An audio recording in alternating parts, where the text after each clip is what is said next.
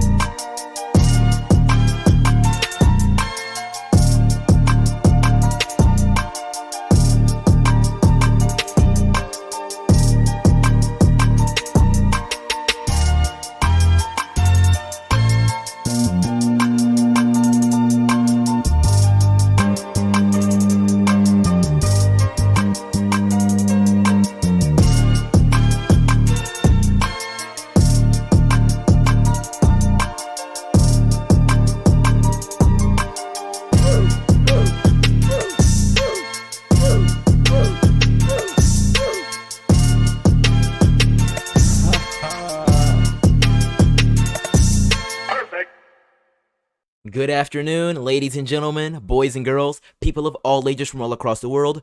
You are now tuned into the Chandler Brief, where the dress code is, of course, business casual. I'm struggling to grab my tie here because we have to get some new ties, or we got to shuffle it up.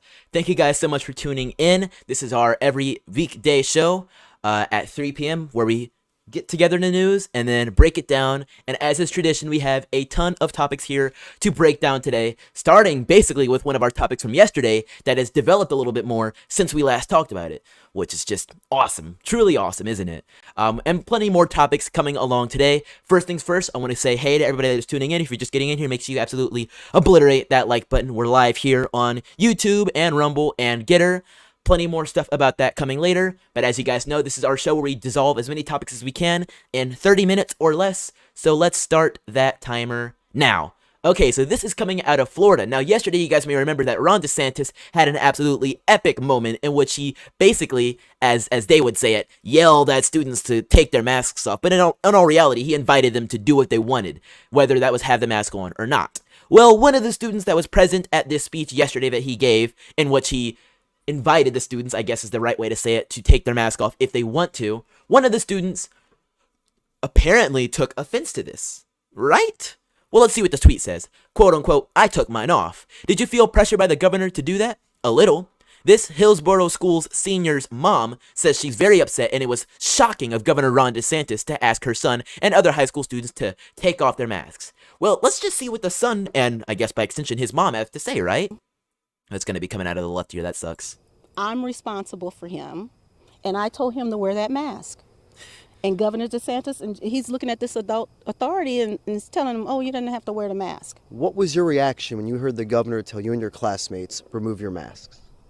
A bit of surprise and shock, more of, okay, this authority figure is struggling to breathe. Me to do something that I know is probably going to end up being controversial, so I took mine off. Did you feel pressure by the governor to do that? Take a look at that.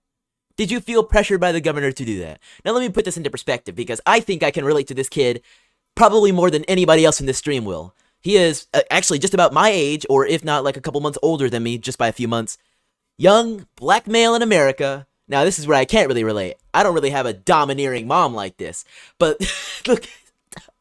So when you're talking to the news, you're gonna want to say what is the story that you're supposed to present.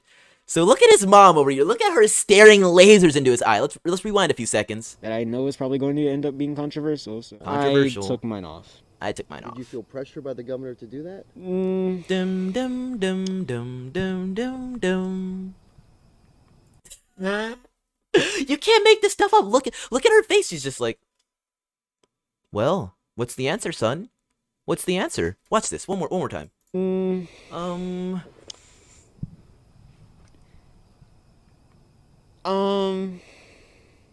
Say the right thing.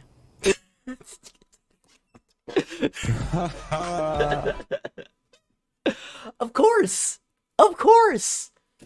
Yeah, just yeah, a little. That was a long delay. Very long. A little.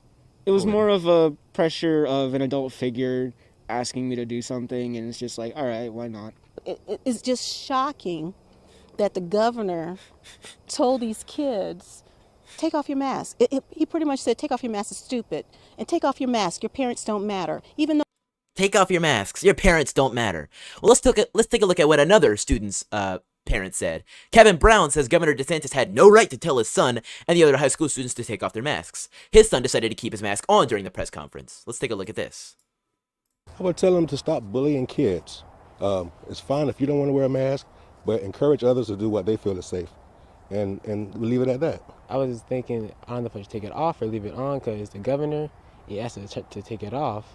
But I thought about it, and it's my right to have my mask on. His mother tells him to wear the mask. I tell him it's his choice. So he made that choice. Now hear that part. His mother tells him to wear the mask. I tell him it's his choice. Huh. Doesn't that represent a lot about all this mask madness? His mother says to wear it, I just say it's his choice. Now, whether you guys don't want to really get into the gender semantics of it, yeah, of course, it's, one of the parents says it, the other parent is indifferent, so of course. But it does show you that if nobody is willing to stand for you not being in this mask madness, it's going to happen. If nobody's going to stand against it, his father obviously isn't doing what he's supposed to be doing in the fact of saying either wear the mask or don't. He's not saying either, it's your choice. And the child's going to have to just fall to what the mother says, and the mother says, wear the dang mask. So that's what's going to happen. I would look at what more parents had to say, but I want to dig in and just read the article of what he actually said. Now, he said, let me make sure I have what was this last one? Okay, so it's the same one. So, this is ridiculous. DeSantis scolds students for wearing face masks. Let's hear what did he actually say, right? Because we watched it just yesterday.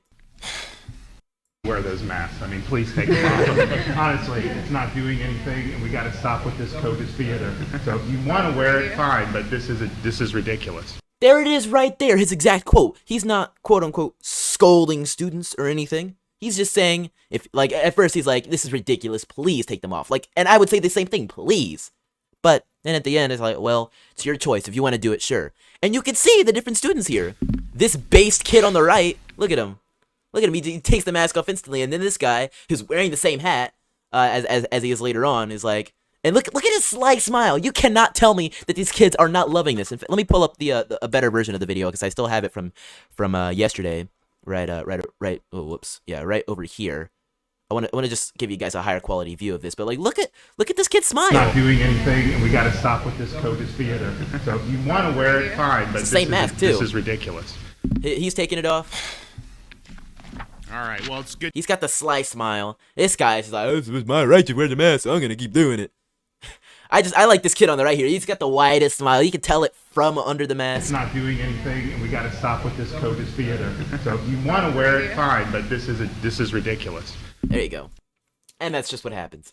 I don't know. That's what I wanted to point out. Kyle says, isn't the kid in the brown sweater the one from the interview with his dad? Yes, it is. So it's all the same kids because obviously standing behind the governor in such a controversial thing happening obviously gets you plenty of clout as far as getting interviewed by the local media, but I guess it all makes sense in the end. Anyways, there's plenty more things that we're going to be talking about today that don't make nearly as much sense as this. You're not going to want to miss it. But before we get on to that, I do want to remind you that the stream is, of course, 100% supported by viewers like you and our illustrious Gilded Hall of Heroes. So I want to give a big thank you to Saint June and Davini, who are our current Hall of Heroes members. If you're interested in joining up to the Hall of Heroes, then make sure you go to donorbox.org/support-Chandler and consider a one-time or even a monthly donation to support our content. All those options are available in the description below. Just go to donorbox.org/support-Chandler. And when you get there, you'll be greeted by a website that looks like this, and you can take all the options from here that lead you down supporting our content. All those options are in the description below, and I'll also throw them in the chat just to make it a little easier. We also, of course, support Cash App donations, of which are available at the top right of the screen. You can just type in that code on wherever you do Cash App, I guess on the Cash App or the website or wherever it is, and you'll be able to find it. And also, last but definitely not least, you're not going to want to sleep on this deal, so make sure you go to mypillow.com and use code CRUMP for your very own discount on a very comfortable MyPillow. Of course, supporting the truckers and everything they're doing is great, and there's American trucker convoys coming very soon, or technically happening as we speak, all across this nation. We're going to be talking about that a little bit more tomorrow, as well as later on tonight, as we have another show tonight at 8, of which you guys aren't going to want to miss. Plenty more content coming your way very soon, but let's get back into this, because this article and this story in and of itself is insane. So much so that when I first put it on here, I didn't think it was real. The United States Army is pushing mandatory gender pronoun training. You can't make this stuff up. You really can't. Details were confirmed to the publication by a U.S. Army spokesman who said that it came from an official program used to train Army personnel on the recent changes to the DoD and Army transgender service policy. Yes, that's right. While the war in Ukraine rages on, the U.S. Army is pushing through a mandatory training program for enlisted soldiers on pronouns. Coaching officers on... oh gosh. Okay, hold on. Where is it? Coaching officers on how to offer service members gender reassignment surgery.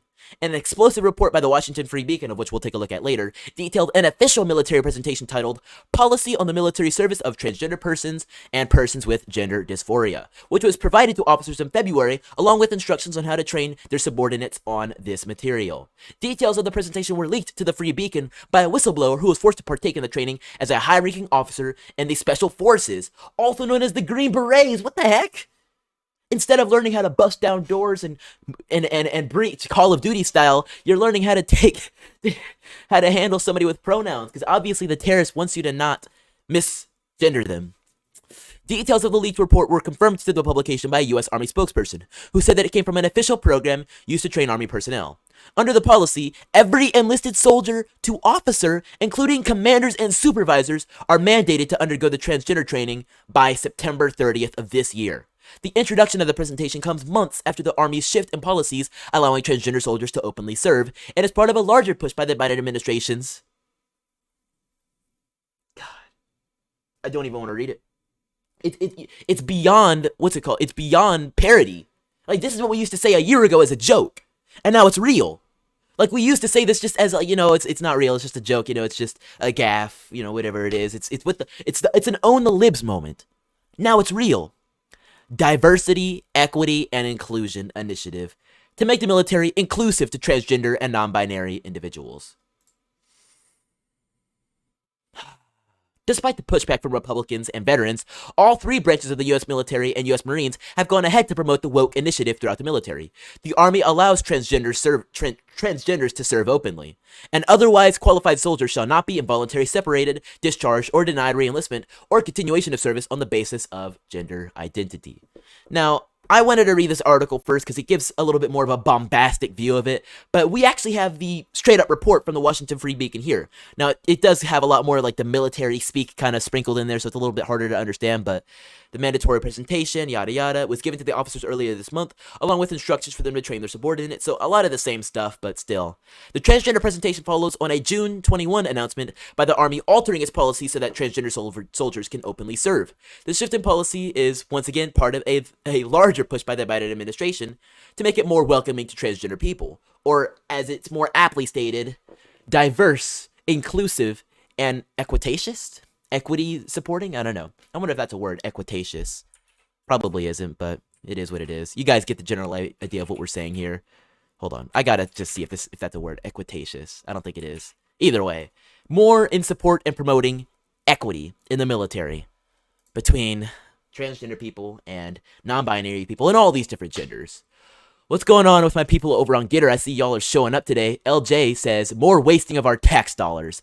Foysian Phil says, I'm embarrassed to be a taxpayer in North America hearing this.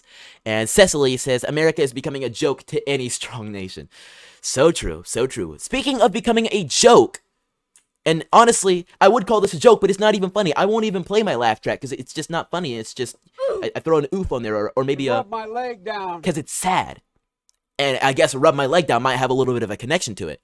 We're uncomfortable in our own locker room. Lia Thomas, UPenn's teammate, tells how the trans swimmer doesn't always cover up her that when changing, and their concerns go ignored by their coach. Sharing a locker room with transgender swimmer Lia Thomas has become a point of contention for some of her University of Pennsylvania teammates, who feel uncomfortable changing in the private space with someone undergoing gender transition. It's definitely awkward because Lia still has male body parts and is still attracted to women. Lia has told her teammates that she dates women. While Lia covers herself with a towel sometimes, there's a decent amount of nudity, the swimmer said. She and others have had a glimpse at her private parts. She stated that team members have raised their concern with the coach trying to get Thomas ousted from the female locker room, but got nowhere. Multiple swimmers have raised it, multiple different times, the UPenn swimmer said. But we were basically told that we could not ostracize Lia by not having her in the locker room, and that there's nothing we could do about it. That we basically have to roll over and accept it, or we cannot use our own locker room.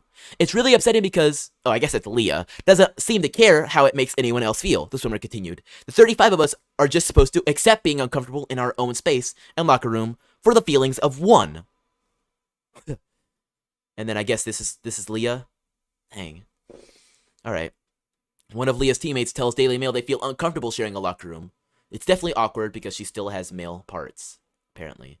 So yeah. And then there you are. There's the picture of all of them. Lia in the back, because she's the tallest. And as much as I would, I can't misgender her on the stream, or that's another community guideline strike. But you guys get the picture. Literally, you get the picture, right? Right? Look at this. Broad shoulders, taller than the rest. Look at that jaw. That jaw is almost sharp, if not sharper than mine. And I've been told I've got a rather sharp jaw. I don't know what to tell y'all. I really don't. She said UPenn's handling of the locker room is emblematic of the school's overall approach of the Lia Thomas controversy. Lia, I don't know. With school bending over backwards, poor choice of words, to make Thomas feel welcome without seeming to care how it affects her teammates. The school was so focused on making sure Lia was okay and doing everything they possibly could do for her that they didn't even think about the rest of us. It just seems like the women who built this program and the people who were here before Lia don't matter, and it's frustrating because Lia doesn't really seem to be bothered by all the tension. Not at all. Actually, she seems like she enjoys it. It's affected all of us way more than it has affected her. The school released a terse statement last month that it was offering mental health services to student athletes. Thomas, 22, plans to break her longtime silence and exclusively share her story with Sports Illustrated. Because there you go. You go that way and suddenly you get a Sports Illustrated story and everything you could possibly imagine and or want. Because that's just the way society works now, apparently. The NCAA, which set rules allowing transgender athletes to compete after completing a year of hormone therapy, recently washed its hands of the row, announcing that transgender participation will not be determined by each sport's national governing body. So there you go. That's the story. That's the story. What do you guys think? Because we have all these different people that are coming out for the different things they stand for, and everybody is becoming uncomfortable. Whether it's in the military, or whether it's in a swim team at some college. Helicon says, when in charge, take charge. Women rights are being abolished. They just don't know it yet. It's women replacement theory. You know, we always hear about a different type of replacement theory. This is a replacement theory. Female replacement theory, in which females are being replaced by people who were not born as females. It's happening. It's real. And they're getting dominated. What more can you say? What more can you say? Salty says, all of a sudden, real women are being treated like straight males. And Kyle says, how can you consider someone more manly looking than most men and call him a... Okay, I can't dig too much further into that or I'm gonna get screwed. I'm gonna get screwed. Oh, what is this? It's bad. It truly is bad. Moving on to yet another just straight up wild story. I have to be careful how I read this headline, but this is Chicago Mayor Lori Lightfoot. Although with the way this headline is reading, she sounds more like Larry Lightfoot. But she says, my that is bigger than yours. I have the biggest that in Chicago. Mayor Lori Lightfoot insulted a lawyer who tried to defy her wishes by allowing Italian Americans to display a statue of Christopher Columbus. Chicago Mayor Lori Lightfoot has been accused in a lawsuit of hurling obscenities at a city lawyer who tried to defy her wishes by allowing Italian Americans to display a removed statue of Columbus. Former Chicago Park District Deputy General Counsel, oh my gosh, so many words, George Smithorinitis filed the lawsuit on Tuesday against the city and Lightfoot, alleging she defamed him with her remarks in a meeting last year. You make some kind of secret agreement with Italians, said Lightfoot, according to the complaint, which was first reported by the Chicago Tribune. My that is bigger than yours and the Italians. I have the biggest that in Chicago. At issue was one of the 2 Columbus statues that Lightfoot ordered removed during the widespread unrest in the summer of 2020, which city Italian-American groups hoped to unveil and display temporarily during their Columbus Day parade last fall.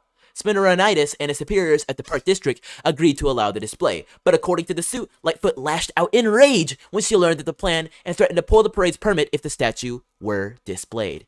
AKA, rub my leg down. And you ain't black. And, well, I forgot the last thing, but... Go, you know the thing. Right? Right? Apparently, Lori Lightfoot's got the biggest something in Chicago. At least that's what she's saying. You are out there... She gets terse over the Columbus statue. I'm trying to keep Chicago police officers from being shot, and you're trying to get them shot. According to the suit, Lightfoot told the Park District lawyers that they had to submit all their moves to the city's legal department for approval, warning them not to do a dang thing with the statue without my approval. Without my approval. Get that effing statue back before noon tomorrow, or I'm going to have you fired. Smironitis and representatives for Lightfoot did not immediately respond to inquiries. The lawsuit alleges that Lightfoot proceeded to berate and defame him in the meeting by questioning his credentials as an attorney in front of his park department superiors. Where did you go to law school? Did you even go to law school? Do you even have a law license? Lightfoot, a former federal prosecutor, allegedly said. According to the lawsuit, Lightfoot called Smironitis and his supervisor that's and asked, What the F were you thinking? Salty Squirrel asks a good question. What happened to having class? They talk like they have no class. Well, obviously all the class went out when they started taking down the statues. Clearly she's very, very emotional about it. Aaron says Beetlejuice probably has... Oh, I can't finish reading that comment. Dang it, Aaron. I have to be careful on this show. I have to be careful. Dang, Larry Lightfoot's being very mean. Tizzy says, thanks for being a voice of reason in a sea of idiots. Yeah, a sea of many things, clearly. A sea of thieves. A city law department spokeswoman told the Tribune, the city has not yet been served with a complaint and will have no further comment as the matter is now in litigation. Smironitis resigned from the Park District last month, according to the lawsuit. The 2 Columbus statues, which had stood for decades in Crump Park, have been at the center of a firestorm of controversy since Lightfoot ordered their removal in 2020. Critics of the statues and others like them call them symbols of oppression, citing Columbus's brutal mistreatment of indigenous people, yada yada. We've heard all that before. I wanted to put forth that to you guys to really bring it home. What is happening in our culture today? You ask somebody to take your mask off, that makes you a tyrant and a bigot. You ask that person that still has quite a thing going on down there as they transition to maybe change somewhere more private or at least cover themselves up, that makes you a bigot and a transphobe, and you will be ignored by your school, and possibly even receive some sort of, I don't know, reprimandation for it. Well, let's keep moving on, because if you question the Biden administration and their nominations, that makes you a racist. Tucker Carlson has been called out after a racist attack on Ketanji Brown Jackson. Tucker Carlson on Thursday continued his outrage over Joe Biden's commitment to appoint a black woman to the Supreme Court, this time questioning the qualifications of his nominee and insulting her name. Now, let me be clear. This comes from the Huffington Post, and I think if it isn't called an opinion article, it definitely should be. So let's hear what Tucker said. So is Ketanji Brown Jackson, a name that even Joe Biden has trouble pronouncing, one of the top legal minds in the entire country? The Fox News host said, mispronouncing Ketanji. Oh, how am I pronouncing it? We certainly hope so. It's Biden's right. Appointing her is one of the gravest constitutional duties. So it might be time for Joe Biden to let us know what Ketanji Brown Jackson's LSAT score was. Wonder how she did on the LSATs. Why won't he tell us that? That would settle the question conclusively as to whether she is a once-in-a-generational legal talent, the next learned hand. As many legal experts pointed out, the LSAT has little to no relevance as a measure of proficiency in the legal field. Carlson was furious. Wait. I don't know how good my Carlson impression is, but I gotta hear this. So it might be time for Joe Biden. It's spot on. It's spot on. To let us know what Ketanji Brown Jackson's LSAT score was. What hell did she do in the LSATs? Why wouldn't he tell us that? My impression is good. Why wouldn't she tell us that? Would settle the question conclusively as to whether she's a once-in-a-generation legal talent, the next learned hand. It would seem like Americans in a democracy have a right to know that and much more before giving her a lifetime appointment, but we didn't hear that. So true. So true. How's my Tucker impression, y'all? Well, to touch on that, Tucker is actually trending on Twitter right now. Hashtag Tucker Carlson is a racist. Here we go. But according to Carlson at the time, Biden was confirming that a justice would not be chosen on the basis of legal acumen, intelligence, wise judgment, or fealty to the Constitution of the United States, but on sex and skin color. Hold on, oh dang it, I wanted to give some more of his quotes. But anyways, that's the story, just quickly with Tucker Carlson. Apparently he's being racist for asking about Ketanji's, yeah, okay, I think I'm pronouncing it right, and he said Ketanji, I think, but I don't know, it's Ketanji, her qualifications. Now, I'm sure she's much more qualified than a lot of other people, but still, her nomination has been, or I guess her appointment has been cheapened. Yeah, no, it is a nomination, it's both. Her nomination has been cheapened by the fact that she is only being picked for being a black woman, because I can guarantee you, if Joe Biden did not promise that in the election cycle, it probably wouldn't have happened. So, to Ketanji, I don't care how qualified you are. In fact, I feel for you that your qualifications have been straight up ignored simply because of what is on your skin and what is between your legs.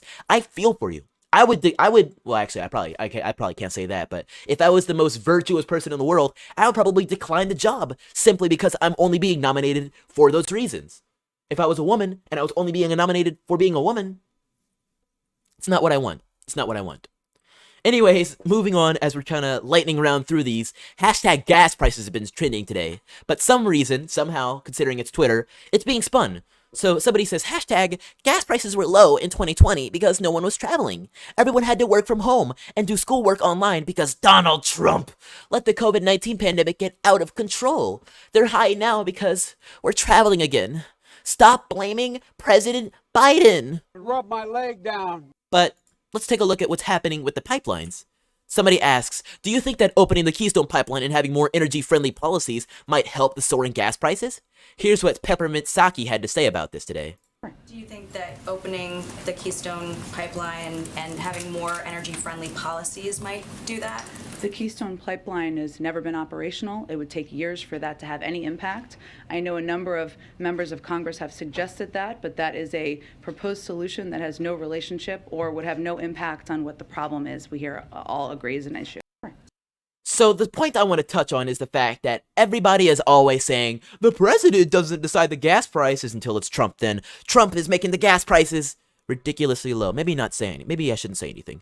But when it's Biden and the gas prices are nearing $5 a gallon, well, suddenly the president has nothing to do with it. Do you guys remember the very first thing Joe Biden did as he was in office? I believe within the first couple of days, if not on the first day in office, he put a stop to the Keystone Pipeline. Now, it is true, the Keystone Pipeline was not actively pumping at the time that Biden put a stop to it. In fact, it was still under construction. But you want to know what happened after the Keystone Pipeline construction ended? Supply estimates were lower. You see, gas companies that decide how much they want to sell their gas for run a very interesting algorithm called, I don't know, it might have been something you learned in first or second grade. Well, if you didn't go to school during Common Core like I did, supply and demand. So let's take into effect what supply and demand is. It's going to balance how much gas we have, how much gas we are able to create, oil, whatever it is. I'm no actual scientist on this, but I at least understand the economics of it. Oil, gas, whatever goes into it for those purposes. If we can find out how much of it we can pump, how much of it we can hold, and then how much of it we can get to pumps, then we can level that with how much people are going to want to buy the gas. Let's take a look at summer of 2021, for example. COVID restrictions, especially in free states like Florida, were starting to ease up. And you'll notice Florida had, I believe, 150 million Americans visit it last year, which is nearly, if not more than, a third of the American population. Actually, I believe it was like a little bit less. I think the number was a little less than 150 million, but still, a massive amount of people were visiting Florida. They were either flying, which does plug into the same thing basically. It's jet fuel, it's a little bit harder, but it's still connected to the same thing, or driving to Florida from as far as across the country just to get there. They got family, they want to see a park, whatever it is, whatever it may be. They wanted to get there. So if you don't have a pipeline, which is going to make it easier, this is a massive pipeline that would have made it easier to get more gas, and demand is rising to the highest it has been in many years, what do you expect to happen, Joe Biden? Oh yes, the gas prices to rise. The president isn't turning the dial on the gas prices, obviously, because if he was, what reason would he have to make it high other than bankrupting Americans? But he does get to decide what he signs that shuts things down. Whether it be the Keystone Pipeline, whether it be reducing our energy independence with various other things that he stopped. Like, for instance, making drilling in America much harder to do for oil and making it much harder to pump gas within this nation. We had a natural gas export. We were exporting it. And now we're no longer doing that. We're going to have to import. We were energy independent in many ways, and we lost that within months. So don't ask me why the gas prices are low, because I just explained it to you. Ask Peppermint Saki why gas prices are low. But then again, maybe she'll lie to you. Maybe she will lie to you. We've got a few more topics we're going to be jumping into, and I guess I kind of got lightning around through them. So this is the gas prices hashtag of just people just making funny jokes about it, saying, well, this is worth the gas prices being high. The Ukrainian children. Let me tell you something. A year ago, these Ukrainian children were sleeping in their own beds, assuming this image is even real. And the gas prices were just as low. Well, maybe a little bit more than a year ago, because a year ago gas prices started to rise. I don't know what to tell you guys. They keep pulling this exact same thing over and over again, expecting us to believe it. And some people actually are beginning to. Like hashtag thank a Republican. Stress that you have limited job opportunities, lower wages, higher debt, and a declining quality of life. Hashtag thank a Republican. Hilarious. Truly hilarious. I can't even laugh. That's how funny it is. I have to press a button to laugh for me. Thrilled that our democracy is hanging by a thread? Excited that you can now wear your Nazi uniform in public? Impressed that there are more stupid people in Congress now? You guessed it. Hashtag thank a Republican. What more do we have to say? We have a few more topics that we need to jump into, but unfortunately, we are out of time for our Chandler Brief today. But I have good news for you guys. Check in with us in just a few hours today at 8 p.m. tonight. 8 p.m. Eastern Standard Time, that is, and you'll be able to catch our brand new weekly live show on Thursdays and Tuesdays at 8 Crump Live, of which we will be talking about the remaining topics we have on the stream, as well as plenty more. You guys are not going to want to miss it. Once again, the stream is, of course, 100% supported by viewers like you, so if you're interested in joining our Hall of Heroes and donating to support our stream, all those options are available in the description below. If you want to ask a question or send a message or just have your name in shiny, bold text above my face, then go to donorbox.org/support-Chandler. And consider a one-time or a monthly donation to support our stream. Aside from all that, though, I'll catch you guys in just a few hours. And aside from all that, don't forget to spread the virus of intelligence. Peace out.